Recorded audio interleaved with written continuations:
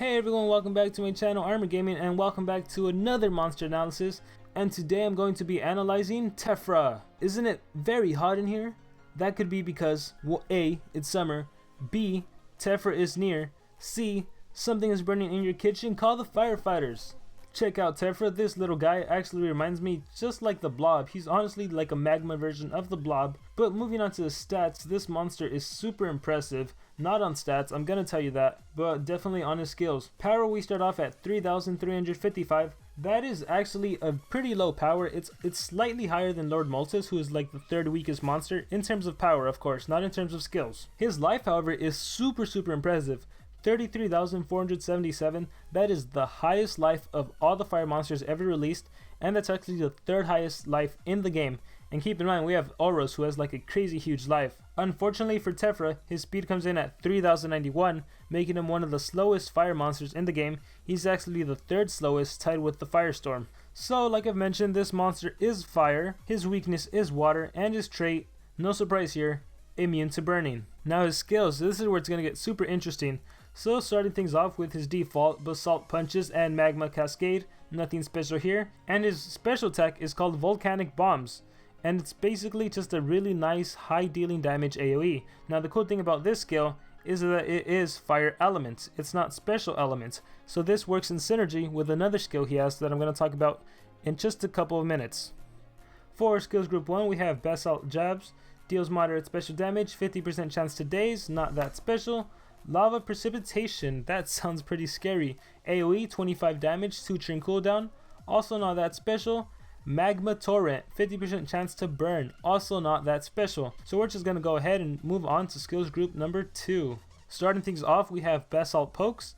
It deals very heavy special damage. It may burn the target. It's 28 stamina and 50 damage. This is kind of average, but to be 100% honest, you don't need this skill at all, especially because just about, I would say, 90% of fire monsters are immune to burn. You really don't need this skill, it won't help you much. Next we have Lava Fall, and this is just your standard high damage, 45 damage AoE. You have to run this skill. It's really important that you run this skill. Next we have Magma Deluge, 65 damage, 28 stamina, 1 turn cooldown. That's what I'm talking about. This is a really nice skill. Really high damage, really low cooldown, really low stamina, an amazing skill. But now we move on to skills group 3, and we have Basalt Aggression, deals heavy special damage, makes enemy weak against fire attacks. What is this? It's called Sticky Lava.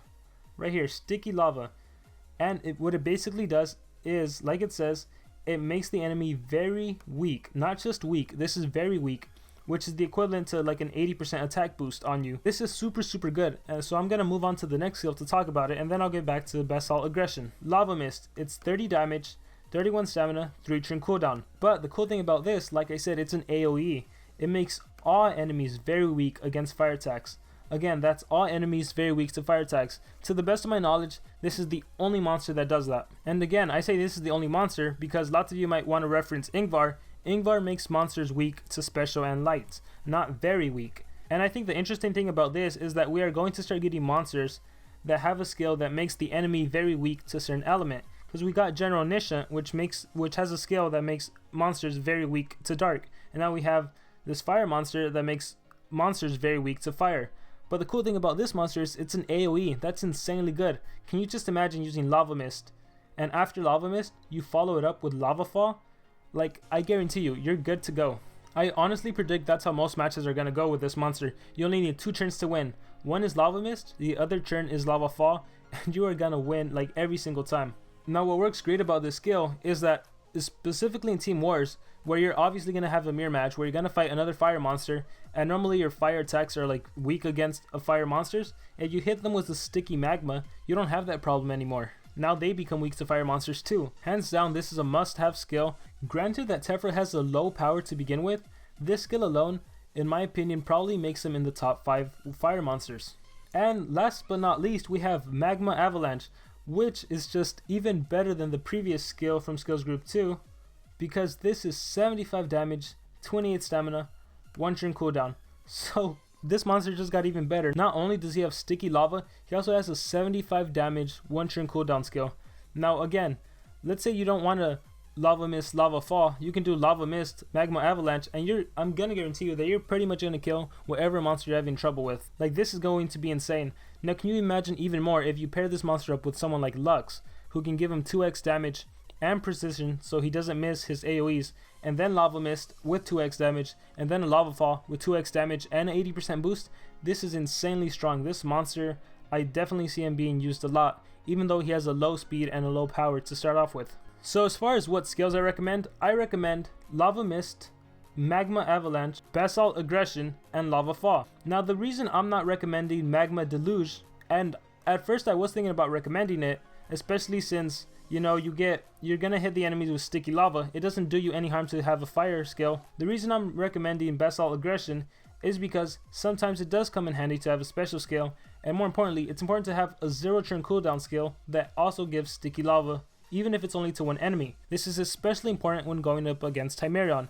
If he happens to hit you with cooldowns activated, you are going to be able to respond with aggression, hit the main attacker or the main deny monster if there's someone else besides Timerion, hit them with sticky lava, and on the following turn, once one turn has passed, you'll be able to Magma Avalanche, and you're going to get them out of the game. So that's my skill set for this monster. In terms of runes, I recommend you run 2 strength and 1 speed. However, I am possibly thinking this monster could even get away with a really high level strength rune and 2 speed runes, or maybe even 1 speed and a team speed. Again, you need to compensate for this monster's low speed, and even though he has a low power to begin with, it's the fact that he has sticky lava that makes him really usable, and I definitely see him being used a lot, especially when paired with a supporter monster like Lux. As far as what teams this monster is going to work best in, you still need a main deny monster, someone like Cavenfish, who can either freeze or stun, someone like Timerion, who can do cooldowns activated and stop time, and you do need a monster that can give your Tephra accuracy, increased accuracy. So my go-to monster is Lux. Use Lux to give him increased accuracy, while at the same time giving him a 2x boost, and I guarantee you're going to have no problem winning games. And that's it for my analysis on Tephra. I hope you guys enjoyed it. I hope you guys learned something. This is one beast of a monster. I hope everyone can get him. I wish you guys the best of luck on the Force of Elements maze, and I'll see you guys next time.